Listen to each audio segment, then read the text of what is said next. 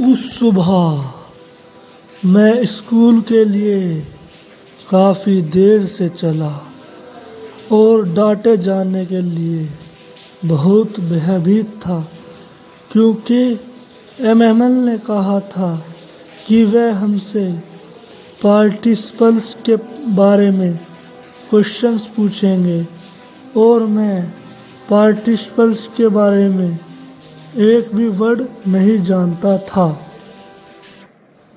पल भर के लिए मैंने सोचा कि दूर भागकर और कहीं खुले में अपना दिन बिताऊं। अधिक गर्मी और तेज धूप थी।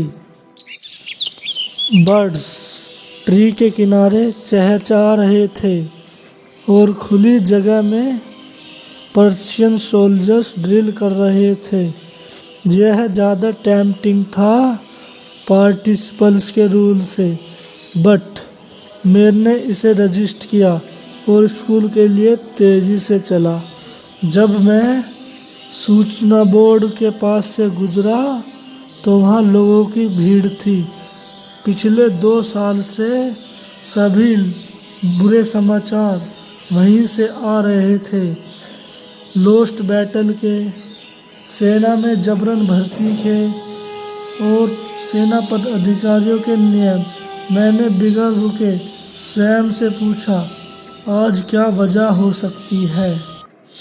और फिर जितनी शीघ्रता से वहाँ से निकल सकता था उतनी शीघ्रता से चल पड़ा। तो वहाँ वेक्टर ब्लैक स्मिथ, जो अपने असिस्टेंट के साथ था, बुलेटिन बोर्ड पर पढ़ते हुए मेरे पीछे से चिल्लाकर कहा, इतना तेज मत दौड़ो, don't go fast bub, you will get to your school in plenty of time. मैंने सोचा कि वह मेरी हंसी उड़ा रहा है और मैं तेजी से सांसें छोड़ता हुआ एमएमएल के छोटे बगीचे में पहुंच ही गया। हमेशा जब स्कूल शुरू होता था तो बहुत ज़्यादा शोर शराबा होता था, जो बाहर गली में सुनाई देता था।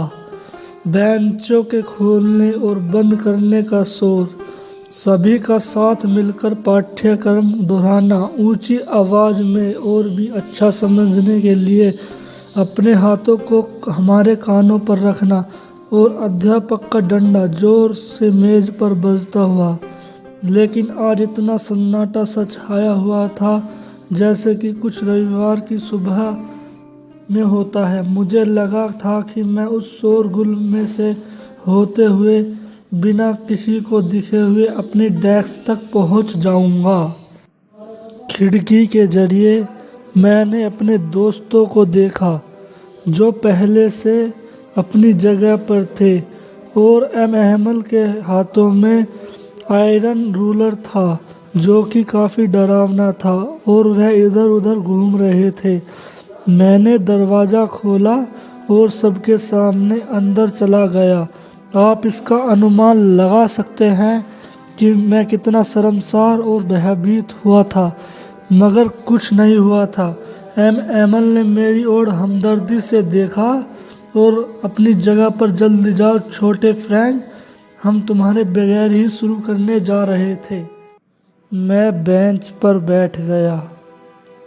तभी मैंने हमारे अध्यापक एमएमएल को उसका सुंदर हरा कोट पहने देखा, झालरदार कमीज और रेशमी छोटी काली टोपी पहने हुए देखा, जिसके ऊपर कढ़ाई कर रखी थी, जिनको वह किसी फंक्शन वाले दिन ही पहनते थे।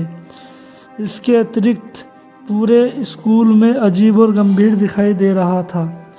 लेकिन सबसे आश्चर्यचकित बात यह थी कि बेंच रोजाना खाली पड़े रहते थे। उन पर बिल्कुल हमारी तरह गांव के लोग भी साइलेंस बैठे हुए थे। बूढ़ा हासर अपनी तिकोनी टोपी पहने हुए और उसके अतिरिक्त पूर्व मेयर, पूर्व पोस्टमास्टर और इसके अलावा कई और लोग भी थे। सभी उदास दिखाई दे रहे थे और हासर अपनी एक पुरानी वर्णमाला की पुस्तक साथ में लाया था, अंगूठे किनारे पर रखकर, और उसने उसे अपने घुटनों पर खोलकर अपने तेज दृष्टि से पेज को देखना शुरू किया। जबकि मैं यह देखकर हैरान हो रहा था कि एम हेमल अपनी कुर्सी पर बैठे और उसी सीरियस और स्लो साउंड में बोले, मेरे बच्चों, यह लास्ट लेसन है जो मैं आपको दूंगा। बर्लिन से अल्सेस और लॉरेन के स्कूलों पर केवल जर्मन ही पढ़ाई जाएगी। यह आदेश आया है। कल न्यू टीचर आ जाएंगे और वह फ्रांसीसी लैंग्वेज का अंतिम पाठ था। मैं चाहता हूँ कि आप इसे केयरफुली सुने। माई फ्रांस लास्ट लेसन। मैं अपनी लैंग्वेज को लिखना तक नहीं जानता था और अब मैं इसको और अधिक नहीं सीख पाऊंगा। मुझे इस सिचुएशन में रुकना होगा। ओह, मुझे कितना अफसोस हो रहा है कि मैंने अपना लेसन नहीं पढ़ा। बर्ड्स के एग गिने या सार पर फिसलते हुए चलने के लिए मेरी किताबें, जो कुछ देर पहले बड़ी मुसीबत प्रतीत हो रही थी, जो संभालने में इतने भारी है। मेरी व्याकरण और मेरे पूर्वजों का इतिहास अब पुराने दोस्त बन गए जिन्हें मैं गवा नहीं सकता था और एम हेमल को भी नहीं छोड़ सकता। यह विचार कि वे बहुत दूर जा रहे थे, कि मैं उन्हें कभी भी नहीं देखूंगा, मैं कभी नहीं भूल पाऊंगा उनके डंडे के बारे में, और वे कितने सख्त थे। बेचारा आदमी। यह इस अंतिम पाठ के सम्मान में था कि उसने अपने रविवार वाले बहुत अच्छे कपड़े पहने हुए थे, और उसी टाइम मैं समझ गया था कि गांव के बूढ़े आदमी वहां कमरे में पीछे क्यों बैठे हुए थे, क्योंकि उन्हें भी यह दुख हुआ था कि वह स्कूल में अधिक क्यों नहीं गए थे।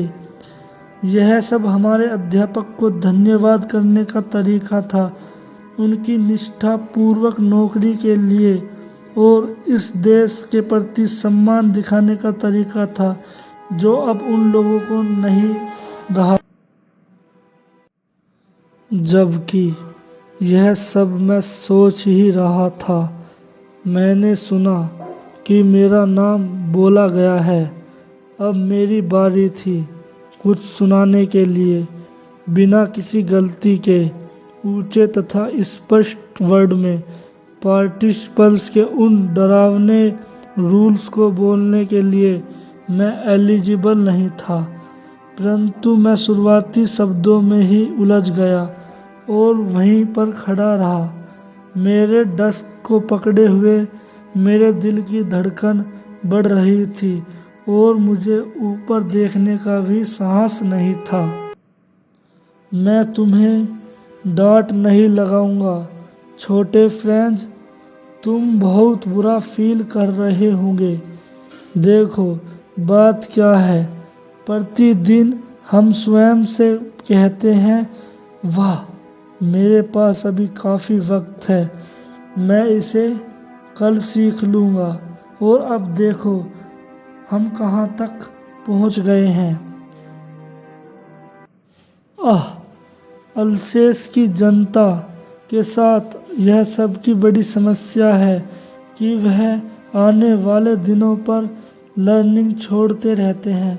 अब वो लोग यह कहने का अधिकार रखते हैं कि तुम लोग अपनी फ्रांसीसी बोली को बोल नहीं सकते, तो तुम कैसे फ्रांसीसी हो, ना तुम अपनी फ्रांसीसी भाषा को लिख सकते हो।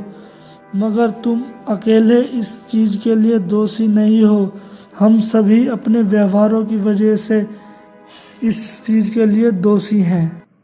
हम सब मिलकर इस चीज़ के लिए दोषी हैं। तुम्हारे माता पिता तुम्हारी पढ़ाई के लिए कभी उत्सुक नहीं थे, वह तुम्हें किसी खेत या मिल में काम करवाना चाहते थे जिससे कुछ पैसे कमाए जा सके, और मैं इस दोस्त के लिए मैं भी जिम्मेदार हूँ। क्या हमेशा मैंने तुम्हें पाठ पढ़ाने की बजाय पौधों में पानी देने के लिए नहीं भेजा था? और जब मुझे मछलियाँ पकड़ने के लिए जाना होता था तो मैं क्या तुम्हारी छुट्टी नहीं कर देता था? तब एम हेमल ने एक बात से दूसरी बात की तरफ जाकर फ्रेंच भाषा की बात शुरू कर दी। कहा कि फ्रेंच भाषा दुनिया की सबसे वंडरफुल लैंग्वेज है, सबसे ज़्यादा स्पष्ट, अधिक तर्क संगत। हमें इसे बचा कर रखना चाहिए और कभी भी इस भाषा को भूलना नहीं चाहिए, क्योंकि जब लोग गुलाम होते हैं वे उस लंबे समय तक अपनी भाषा से बंधे हुए होते थे। तब तक उनके पास जेल की चाबी होती थी, तब तक उन्होंने व्याकरण को खोला और हमें अपना पाठ पढ़ाया। मैं यह देखकर आश्चर्यचकित था। तब उन्होंने व्याकरण को खोला और हमें अपना पाठ पढ़ाया। मैं यह देखकर आश्चर्यचकित था कि मैं कितनी आसानी से पाठ को समझ गया। जो उस एमएमएल ने कहा था वह बहुत ही आसान लग रहा था। मैं यह भी सोच रहा था, और ना ही उसने सभी चीज़ों को इतने धैर्य से समझाया था। ऐसा प्रतीत हो रहा था कि वह बेचारा आदमी जाने से पहले हमें वह सब कुछ सिखा देना चाहता है जो वह जानता है, और यह सब हमारे दिमाग में एक बार में ही रख देना चाहता है। आफ्टर ग्रामर हमें लेसन को लिखने को मिला। उस दिन एम हेमल के पास हमारे लिए नई कापियाँ थी। उसमें सुंदर हैंडराइटिंग में लिखा हुआ था, फ्रांस अल्सेस, फ्रांस अल्सेस। वह सभी ऐसे लग रहे थे जैसे कि विद्यालय के कमरे में हमारी डेस्कों पर डंडों पर लगे छोटे झंडे लहरा रहे हों। और आपने देखा होगा कि किस तरह सभी काम में लगे हुए थे और कितनी शांति का माहौल था। केवल एक ही आवाज़ थी कागज़ पर पेंसिल चलने की। एक बार कुछ कीट भी अंदर आए थी, लेकिन किसी ने उन पर ध्यान नहीं दिया। कीट पर किसी छोटे ने भी ध्यान नहीं दिया, जो कि मछली के कांटों के चित्र बनाने में लगे हुए थे, मानो कि वह भी फ्रांस हो। छत पर भी कबूतर धीमी धीमी सी आवाज़ में गुटर गुटर कर रहे थे, और मैंने स्वयं अपने आप से पूछा, क्या वे इनको भी जर्मन गाना सिखाएंगे, कबूतरों को भी? मैंने जब लिखाई से अपनी नज़र हटाई, देखा एम हेमल अपनी कुर्सी पर बिल्कुल शांत बैठे हुए थे और एक वस्तु से दूसरी वस्तु की तरफ देख रहे थे, जैसे कि वह अपने दिमाग में इस तरह बैठाना चाहते थे कि इस विद्यालय के छोटे से कमरे में प्रत्येक वस्तु कैसी लगी थी। जरा सोचो, 40 ईयर्स से वह उसी जगह पर रह रहे थे। खिड़की से बाहर उनका पार्क था और उसके सामने ही उसकी क्लास थी। ठीक उसी तरह केवल डेस्क और बेंच खिसकर चिकने हो गए, मगर वे प्रत्येक लेसन को अंत तक सुनाने की हिम्मत रखते थे। लिखने के बाद हमने हिस्ट्री की पढ़ाई की और छोटे बच्चे ने बा, बे, बी, बो, बू गाए थे। वही सभी से पीछे कमरे में बूढ़े हासन ने अपनी आंखों पर चश्मा रखकर और अपनी किताब को दोनों हाथों पर रखकर और उनके साथ शब्दों का उच्चारण किया। आप देख सकते थे कि वह भी रो रहा था। भावना के आवेश में आकर उसकी आवाज़ भी कँपा रही थी और उसको सुनना इतना मजाकिया था कि हम चाहते थे कि वह हंसे भी और रोए भी। अचानक चर्च की घड़ी बजी जिसमें 12 बजे थे। उसके बाद चर्च में पर्शियन सैनिक ने ट्रेनिंग से वापस आते वक्त हमारी खिड़कियों के नीचे से अपना बिगुल बजा दिया। अहमद कुर्सी से खड़े हो गए थे। उनका चेहरा पीला पड़ गया। उन्होंने अपने आत्मविश्वासपूर्ण मैंने कभी नहीं देखा था। मेरे साथियों, मैं किसी कारण से उन्होंने बोलना बंद कर दिया। वे आगे नहीं बोल सकते थे। फिर वह ब्लैक बोर्ड की ओर मुड़ गए, एक चौक का टुकड़ा उठाया और फिर पूरे जोर से 7 जितना वो लिख सकते थे उतने बड़े शब्दों में लिखा, लॉन्ग लिव फ्रांस। फिर वह रुक गया और अपना सिर दीवार के साथ लगा लिया और बगैर कुछ बोले हमारी तरफ अपने हाथ से इशारा किया, स्कूल समाप्त हो गया है, आप जा सकते हैं। Long live France.